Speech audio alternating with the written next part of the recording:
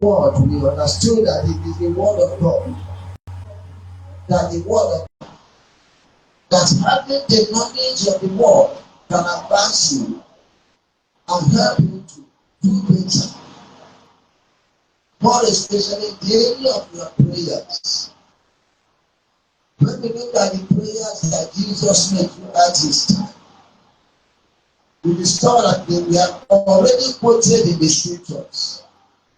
Here he says, Satan, that man shall not live by bread alone. He was communicating. Satan never reason to say no because it was already the scripture before Jesus came. When Jesus told Satan, that you will not worship, that you must worship God and God alone. Satan had it. He knew that it is already in the scripture. These things were all in the Old Testament before Jesus came. Yet he had them, and it was instrumental to his overcoming the training forces that would have brought him down. Then today I want us to look at a particular area that is very, very interesting to me anyway. Detraining we are detraining forces through the knowledge of the new covenant. You can call it new covenant or the better covenant. Because when we have knowledge of the better covenant, it takes you far. Many people continue to dwell in the old. They don't know the value of the new one. They don't know what the new one communicates to them. Just like the question what has Isaac was requesting for. Because I made a statement to him that there are three stages. The Bible has three phases. The Old Testament or prophets, as we may call them. We also have the Gospels, the four Gospels. Then if you add to Acts, four Gospels and Acts. Then you have the epistles, three divisions of the Bible. And if you go to these three divisions, you discover three different types of prayers. I'm not talking about that one today. But I believe that as we learn from one stage to another, begin to record the things I teach here so that you go back home to restudy them and prove whether they are as it is in the Bible. And when you are praying, it will give you more strength, more ability, and in fact, in the midst of challenges, even Satan will know that you are not a fool. Even the dangerous animals of earth will know that you are not their food. They can tell you. You are not for them. You are more than conquerors. Somebody praise the Lord. Somebody praise the Lord. Let's look at Hebrews chapter 8, verse 6. Let me start from there. Hebrews chapter 8, verse 6. Hebrews chapter 8, verse 6. This is an interesting issue. Don't know how far I can go today. Hebrews chapter 8, Hebrews chapter 8, verse 6. Amen.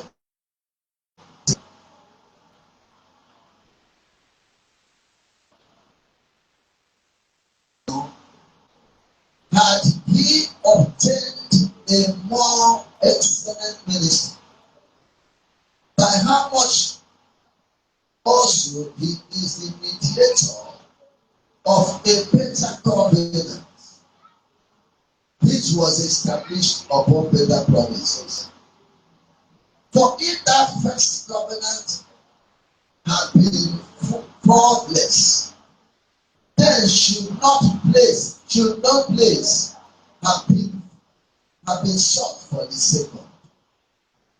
For finding fault with them, he said, behold, the day is come, said the Lord, when I will make a new covenant with the house of Israel and with the house of Judah. You mean that in the covenant?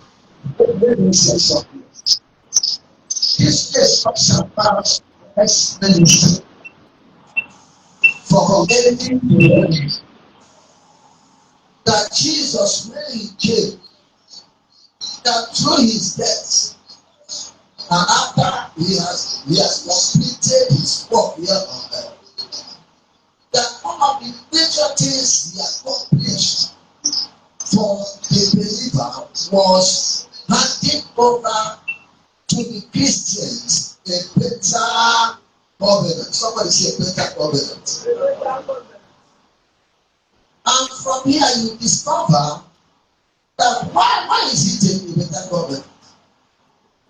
Because when you think about testament, that same word covenant means what? Means what? A testament. So when you talk about covenant, covenant is also known as a testament. So when you talk about Old Testament, you're talking about covenant. Then when you talk about the New Testament, you're talking about the new covenant. So this covenant here is talking about the new covenant, the testament that Jesus brought in place as a result of his sacrifice on the cross. Now let me take you a little backward from this same passage where we read. Look at what the Bible said in the same chapter 8. Let me start from verse 1. Say now, of these things which we have spoken, this is the sum. We have such an high priest who is set on the right hand of the throne in the heavens. And of the which the Lord preached, and not man. For every high priest is ordained to offer gifts and sacrifices. Therefore, it is a necessity that this man have somewhat also to offer. Talks about it. For if he were on earth, he should not be a priest, seeing that there are priests that offer according to the law, who serve unto the example and shadow of heavenly things. Moses was admonished of God when he was about to make the tabernacle. For see, say he, that thou make all things according to the pattern showed to thee in the mount. This one talks about Jesus. Talks about that Jesus Christ, when he finished his work here on earth, he ascended also to heaven. And that even in heaven, he occupying an office of what? Office of who? Then do you know why Jesus occupies the office of the high priest there? Because the office of the earthly high priest, which Jesus, which Moses built the tabernacle for, has been what? Phased out. Somebody. And you know that during the time of Moses, when God asked him to build this tabernacle, Moses made it according to the pattern, and it was the tabernacle that had two divisions. The first division the priest, God stop and minister.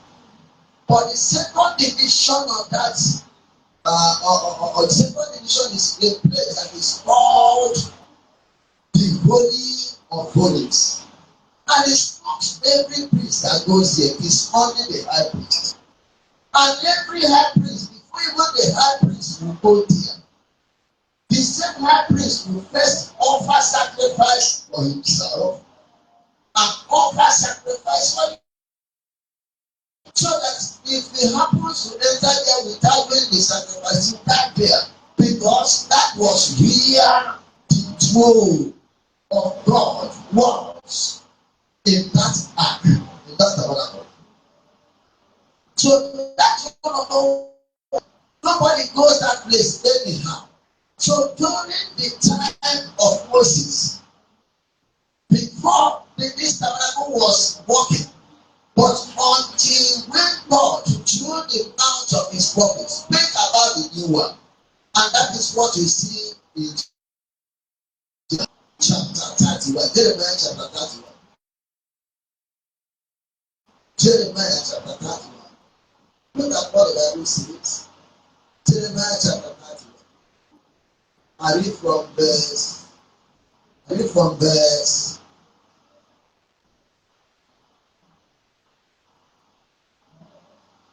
I read from verse 28.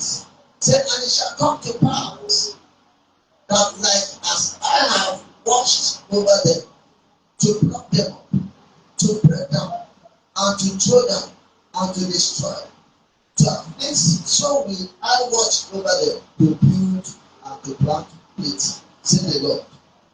In those days, they shall no more. In those days, they shall say no more, the fathers have eaten the surplus, and their children's days are set on age. But everyone shall die for his own iniquity. Every man that eateth the surplus, his deed shall be set on age. Behold, the days come, say the Lord, that I will make a new covenant with the house of Israel and with the house of Judah, not according to the covenant that I made with them, with their fathers in the day that I took them by the hand to bring them out of the land of Egypt, which my covenant they break. Although I was an husband unto them, say the Lord. But this shall be the covenant that I will make with the house of Israel after those days, say the Lord. I will put my law in their inward parts and write it in their hearts, and I will be their God, and they shall be my praise the Lord. You see the old covenant, a little picture where we read now. You discover that God was not discovered. That even the covenant he made with the people of Israel, they were not keeping it. And in that same covenant, if they do something, the children will suffer the consequence.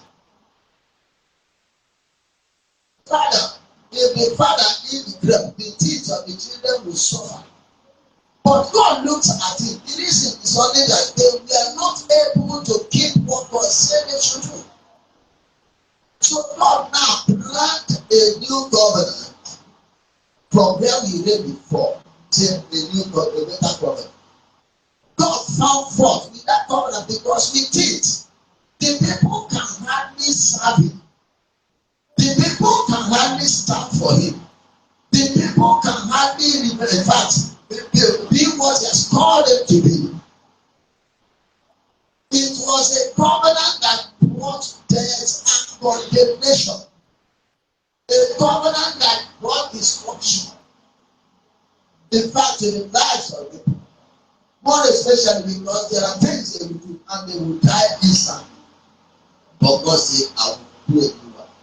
But in this new one I will do, it is no longer the covenant that will be written on the table. Where you read the law, when you come, you read it, thou shalt not do this, thou shalt not do this. Thou said, no, it is not so. But that the law of God in this covenant will be written in the hearts of those who will be part of that covenant. To a point that nobody will teach you. Don't steal. You know their man will tell you that if you steal, praise the Lord. Don't steal, because what I'm teaching you is very, very important. It is no longer pastor that will tell you that this thing is wrong. It is now you that your mind will tell you when you enter into the new covenant. There is something that will tell you that this thing you are doing here is wrong. And you don't even if you disobey, the same thing telling you that what you have done will continue to flog you, will continue to tell you this thing is wrong, until you turn back and do the right thing. Somebody praise the Lord. And if you look at it, that is what brought about the new covenant. That is the covenant that Jesus brought. Covenant, the better covenant. Not the covenant of old, but the covenant, the better covenant, so that it will enable the believers, the children of God, to stand for God. Hebrews 8, 9 and 10. Hebrews 8, 9 and 10. Hebrews 8, 9 and 10. Verses 9 and 10. 9 and 10 says, not according to the covenant that I made with their fathers in the day when I took them by the hand to lead them out of the land of Egypt, because they continued not in my covenant. And they did not, said the Lord. Which means they were not able to do what? God said. For this is the covenant that I will make with the house of people. Then if you go to chapter 9 of the same Hebrews, from verse 6 to 13, you see now, when these things were thus ordained, the priest went always into the first tabernacle, accomplishing the service of God. That is the old one. But into the second, when the high priest alone once every year, not without blood, which he offered for himself and for the errors of the people. Now this place talks about the high priest. He enters into the holies of the Holy of Holies once in a year, and he doesn't go there without blood. He must carry a goat or carry something that has blood, and he will make sacrifice right there for both himself and the people. And after that sacrifice, he will now pray for whatever they want for. But look at other verses from verse 8. From verse 8. The Holy Ghost, this signifying that the way into the holiest of all was not yet made manifest, while at the first tabernacle was yet standing, which was a figure for the time then present, in which we are all and sacrifices that will not make him that different to the conscience, which it makes and devise worships and carnal ordinances imposed on them until the time of revelation. Somebody say, this is the time of revelation. So this day talks about that if that was invented, that it doesn't touch their conscience. Somebody say it doesn't touch their conscience. Because after the sacrifice, the conscience remains as it were, no change. But God planned a new covenant, and the purpose of that new covenant is to bring back man to a state where he is supposed to be as long as he is in Christ. That is why when Jesus came, after his death on the cross. While he was on the cross before his death, the final statement he made was the word, "It is what? Finished." Some people don't understand what actually finished. What do you think that he ended up? What ended up was the old covenant. Because by the sacrifice that was for him, that moment of his death was the end of what? The old one. And something happened. The Bible said that holies of holies, that the curtain that demarcated the altar, the holy of holies, and the other part, the rest of the altar, that curtain from top chopped into two, which means that the demarcation has what? And the covenant, the old covenant has what? And that's why when Paul was ministering, there are things he spoke about this thing. Some of them are not true. One of them is that Jesus read the partition wall that demarcated the Jews and the Jews. Then why? Because from the moment that bottle was torn into two, the gospel now ended from being only for Israel. It wasn't a Jewish matter anymore.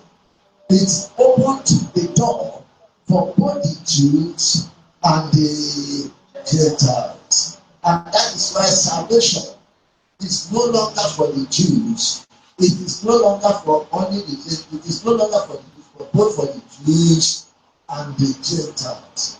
Now I want to speak briefly on the area of what happened in that covenant. In the new covenant, God is for us. God is for us. God is with us. And God lives in us. In the new covenant, when you talk about the old covenant, God was for Israel. God was with Israel.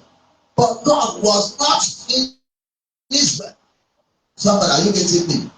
God had only a place in the tabernacle. That was where the God was. The holies, the holy of what? Holies. But God changed it and made a better covenant where He will no longer be only in where you don't read about it on the temple of stone, where you don't read about it, but you read about it where you have a place in your life. That is why, look at this, chapter 8, verse 31. Romans chapter 8, verses 31. Let me show us a little thing there.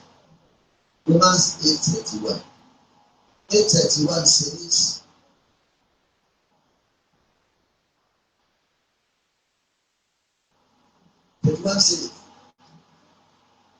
what shall we then say to these things?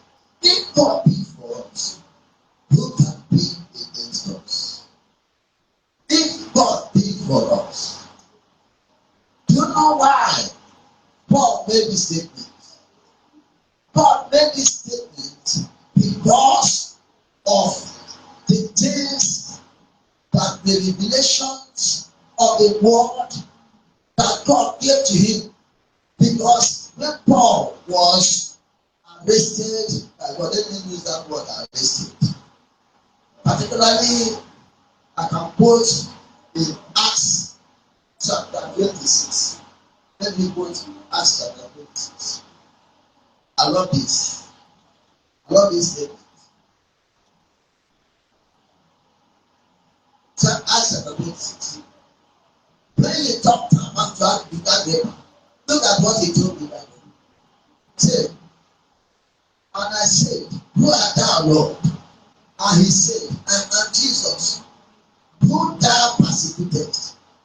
But rise and stand upon thy feet, for I have prepared, I have appeared unto thee for this purpose, to make thee a minister and a witness both of these things which thou hast seen, and of those things in the which I will appear unto thee, delivering thee from the people and from the Gentiles, and unto whom now I send thee, to open their eyes and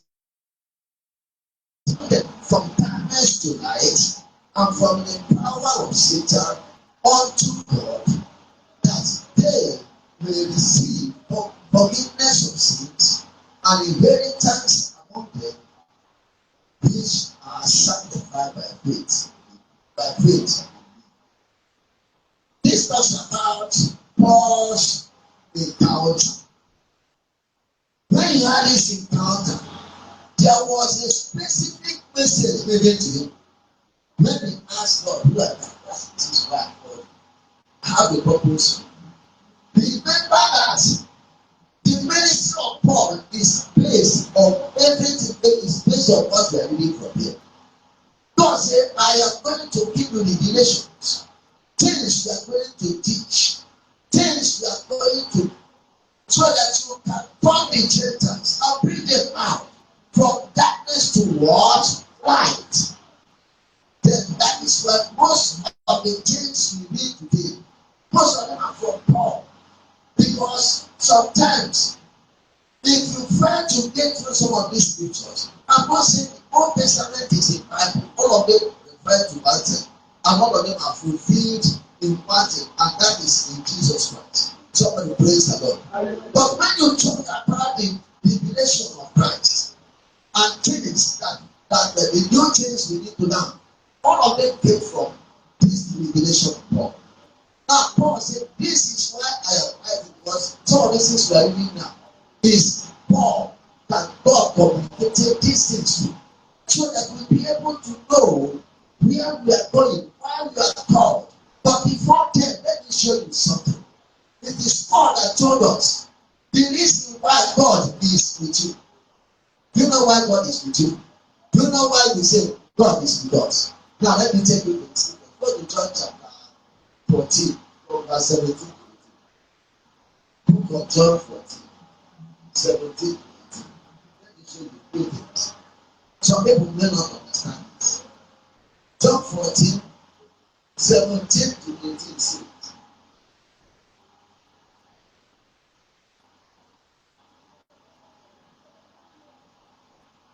let me start from 16 to 17. Say, and I will pray the Father, and he shall give you another comforter, that he may abide with you forever. Even the Spirit of truth, whom the world cannot receive because it hates him. Neither know waiting, but you know him, for he will be with you and shall be in you.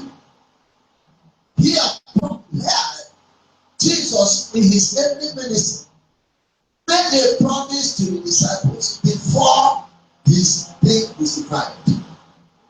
He told them that I am living, but as I'm living now, I don't want you to become helpless. I don't want you to become down. I am saying because if I live, one of the things I'll do for you is to send you what? I am sending you what? And this comforter, when he comes, he will be here. How long? Take it to me. Say it to me. You know what the comforter was? Who was the comforter? Who is that comforter? Holy Spirit.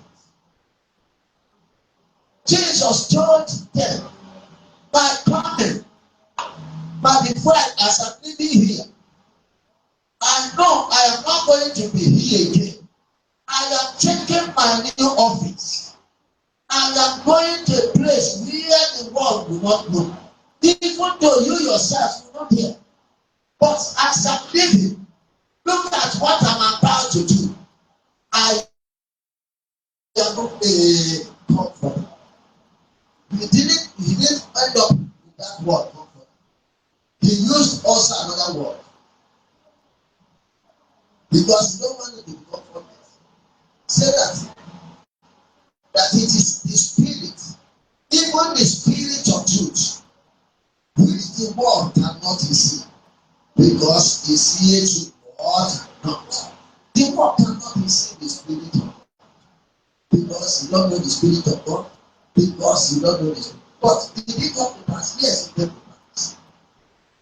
Did he come to pass? Yes, it came to pass. Because from the very day before Jesus ascended, one of the things he did, he gathered his disciples and breathed upon them and said, receive ye the Spirit. Praise the Lord. And that was the first work, one of the first works he did on the life of the disciples after his resurrection. Do you know why he didn't give it here? His salvation plan had not been fulfilled. Before he did it, when the salvation plan had been what? Accomplished. When he has fulfilled his responsibility. When he has completed the work. Now, even before this time, the disciples were not born again. They were born again from that very day he resurrected. And that is when he breathed upon us and said, receive ye the Spirit of God. But the next thing he taught that same thing. No. Somebody praise the Lord. They didn't speak in tongues, that's a part. From that moment, the Spirit of God took over their lives. The Spirit of God entered. And that is why they became encouraged. The little instructions that were given to them, you see their characters changed after resurrection. Peter, that was somehow, became a very powerful pillar. And the things that Jesus said about him began to operate in because there was an encouraging force and power inside him. Somebody praise the Lord. Somebody praise the Lord. So, from the very moment this took place, they changed him. And that is why if you get to the Bible, if you go to the Bible, you discover many other areas when Paul was writing in 1 Corinthians chapter 3 verse 16. He told them, don't you know that when you receive Christ as your Lord, that there is something that takes place, that the Spirit of God does what? Please help me read, because if you read it will help you. I want you to learn. 1 Corinthians chapter 3 verse 16. 1 Corinthians 3 verse 16. 1 Corinthians 3. Do you know why I'm teaching this? When you understand the covenant, the particular covenant in which you are, you turn it down. You understand. You get a point. 1 Corinthians 3:16. 3:16 says, know ye not that you are the temple of God, and that the Spirit of God dwelleth in you? Know ye not? Paul was not talking to a single person here. He talks to all the members of the church in the Corinth. Not single person. Every person there, he told them, don't you know? Even some of them that were weak. Some of them that may not that had their challenges. But one of the things he wanted them to understand is that as long as you have received Christ, that the Spirit your body has become a temple, that the Spirit of God dwells in you. And if you don't know that, and it is not to dwell for 1 week, it is to be there forever. Somebody say forever. Say it again. Forever. Let's look at chapter 6. First Corinthians, 2 Corinthians chapter 6, verses 18 and 19. 2 Corinthians chapter 6, verses 18 and 19. 18 and 19 says, 18 and 19. That's correct. 2 Corinthians chapter, 1 Corinthians chapter 6, please. 1 Corinthians chapter 6, verses 18 and 19. Hope you are there. 18 and 19 says, so, flee fornication. Every sin that a man doeth is without the body. But he that committed fornication sinneth against his own word. His own word.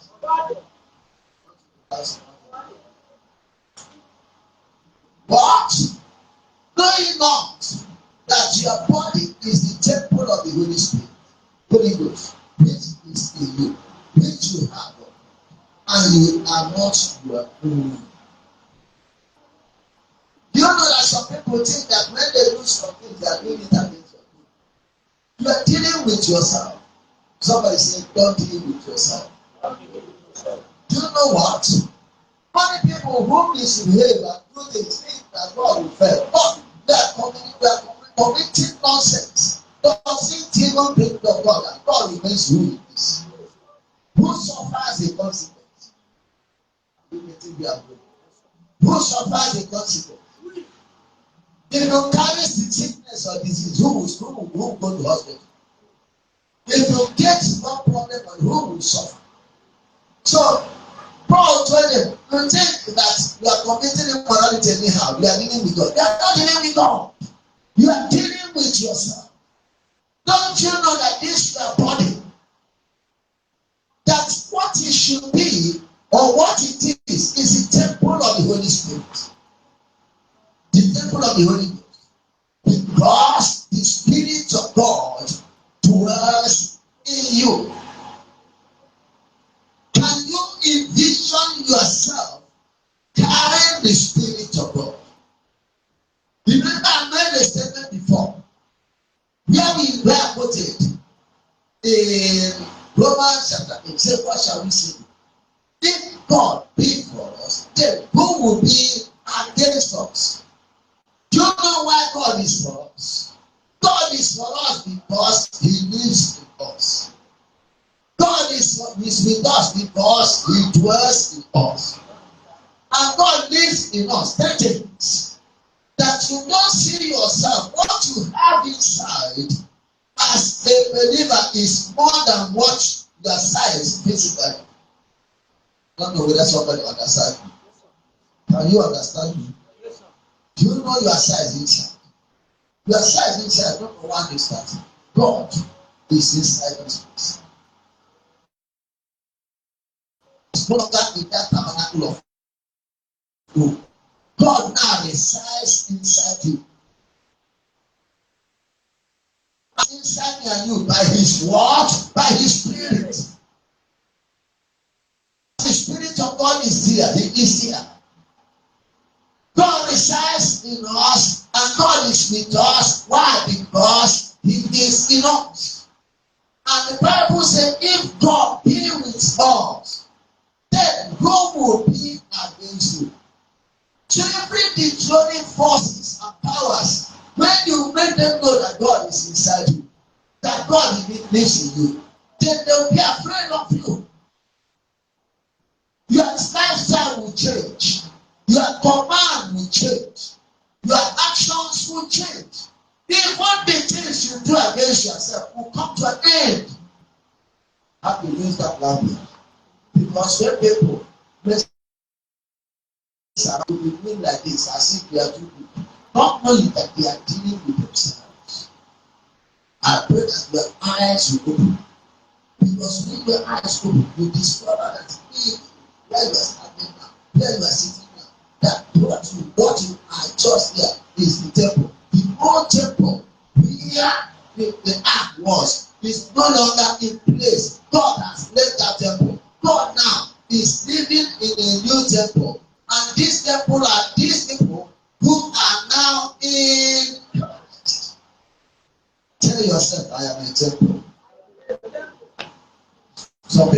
think that church is a temple. When you say yes, all those things, you talk about the author of church.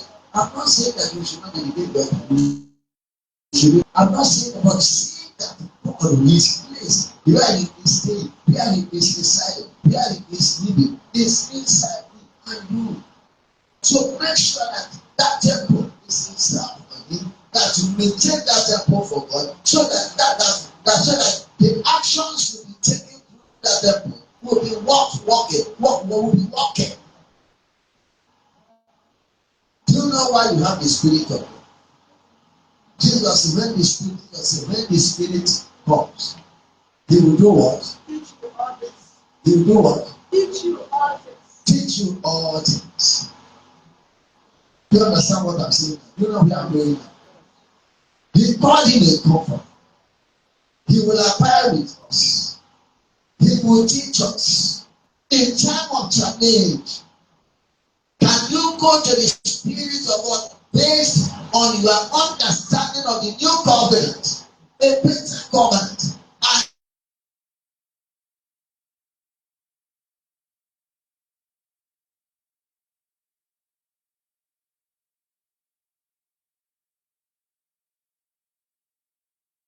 the Spirit as the Spirit of God? This is not truth.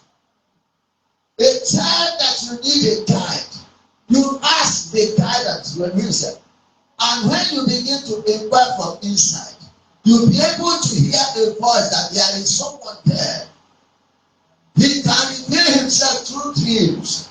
He can reveal himself through tongues. He can reveal himself through prophecy. He can reveal himself through any means to tell you that I appear. And this is what you need to do in time like this. So there's no situation that you are in now or anything challenging your place, challenging our ministry that is beyond the power of the Holy Ghost that is already. Some of them will bow as a result of instruction. First John chapter 4, verse 1. First John chapter 4, verse 1. First John chapter 4, verse 1. You are of God, little children, and have overcome them, because greater is He that is in you than he that is in the world. Read it again. You are of God, little children, and have overcome them, because greater is He that is in you than he that is in the world. Imagine the entire world, but who is inside me and inside is greater than the whole that. You know what they fell? Men fell because we don't look inward, we don't ask God to. Men fell because immediately we see any challenge, we will fall on it. Men fell, believers fell because anything they see that somehow brings terror. And when you see the terror of the enemy, sometimes the faith to start will be as if the faith has disappeared. But if you overcome these things, and in any situation you ask yourself, you ask He that is in you, and you have it in your mind that though you are little children, that you are overcoming, because He that is inside me is bigger, is greater, is more powerful than he that is in the world. He that is inside the believer is greater than the powers of darkness, the agents of darkness, evil forces, wicked men and women, no matter their pattern. But all we need is counsel. Holy Spirit, what do I do? Somebody say, Holy Spirit, what do I do?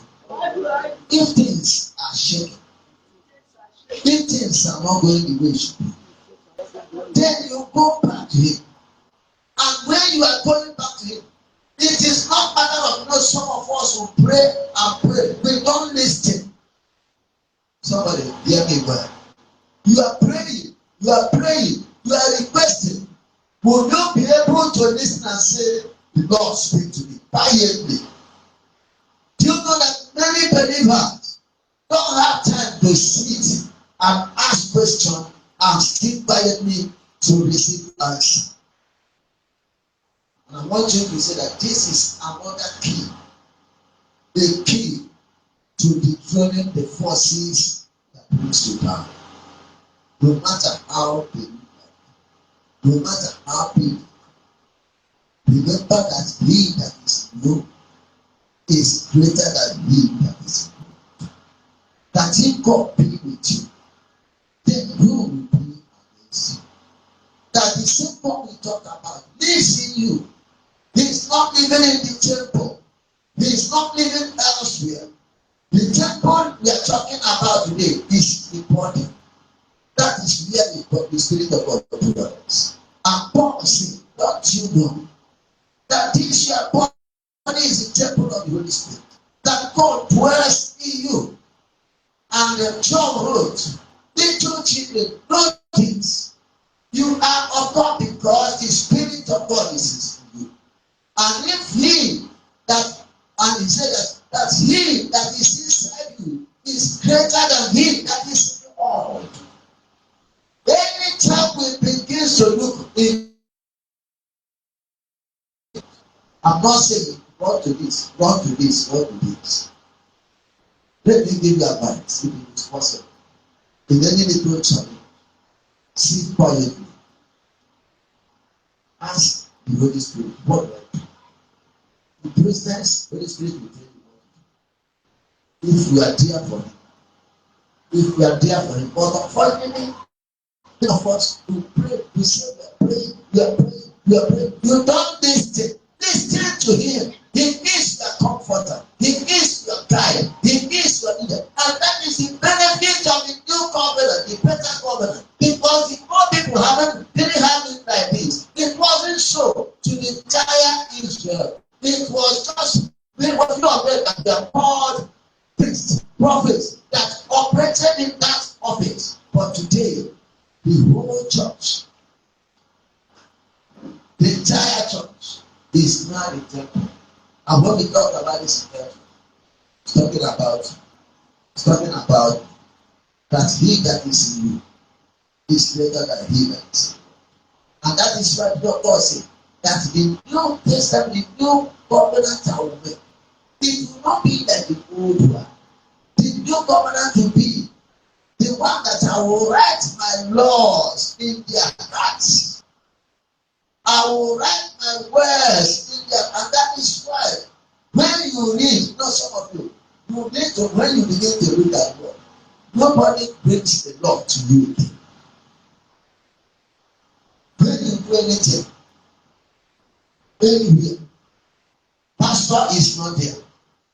In Israel, if you commit anything, they will bring you to the law and use that law to judge you. If the consequence will be death, they sentence you to what? Death. But today, God said, I will write that law in your heart. Do you know why the law is in your heart? So that you have freedom.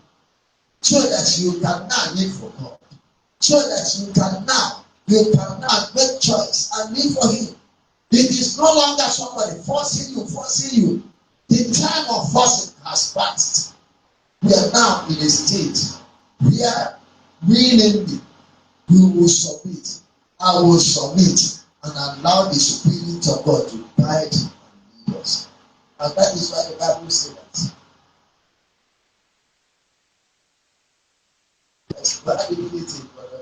Romans chapter 8:14, that as many that are led by the Spirit, they are what? As many that are led by the Spirit of God, they are what? Why are you a son? You are a son because you have a parent. Why am I a son? I'm a support. Why am I a son? I'm a son because it's here. The comforter is inside. The guidance is inside. The leader is inside. All we need is to go to him in time of challenges, in time of obstacles, bearing in mind that when you are praying, your prayer will be a prayer of authority. People say now, see, I go, you know, they should go again.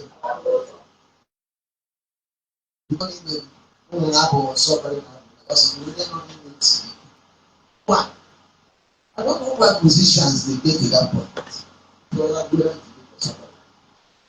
We understood these things when we sit. But you know that many believers, even pastors, don't know who is inside. And that is why we are wrong with us. In time of challenges, some of us will follow the people. Some of us will shout and shout. Some of us will cry. Do you know who is in you? That little children, you are of God. He that is in you than he that is in you. And Paul said in this way, if God be with you, then who will be with you? If yet God is with you, tell me who will be with you. If God, who will eat this your meat? If God be with you, who will program death and it will happen? We know naturally that man must die. But if it is a devilish program, it will not stand. If it is what the enemy has programmed, it will not stand. Poverty or hardship. In fact, in case things are still rough in your presence, you can go back to God. Ask him, what do I do in this situation? Because God can tell you what to do. I have a testimony of this, my brother here. I don't know when he prayed, but I thank God he shared it here with us. When God told him, this is what you do. Do you know that God has taught you? If God directed you on what you are doing, when you started it, was it easy at the beginning? But you are sure that you heard from God. And that is how the Spirit of God speaks. Even when God speaks to you, you don't think it will look so common. When he spoke to Moses, was it easy for him? Moses go and bring that my people from Egypt.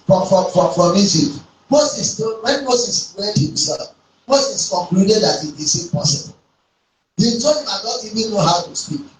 He told him he had a lot of reasons to stop until when God said, do this. Even when God asked him to throw away this, throw down the staff in his hand. Was it easy for him?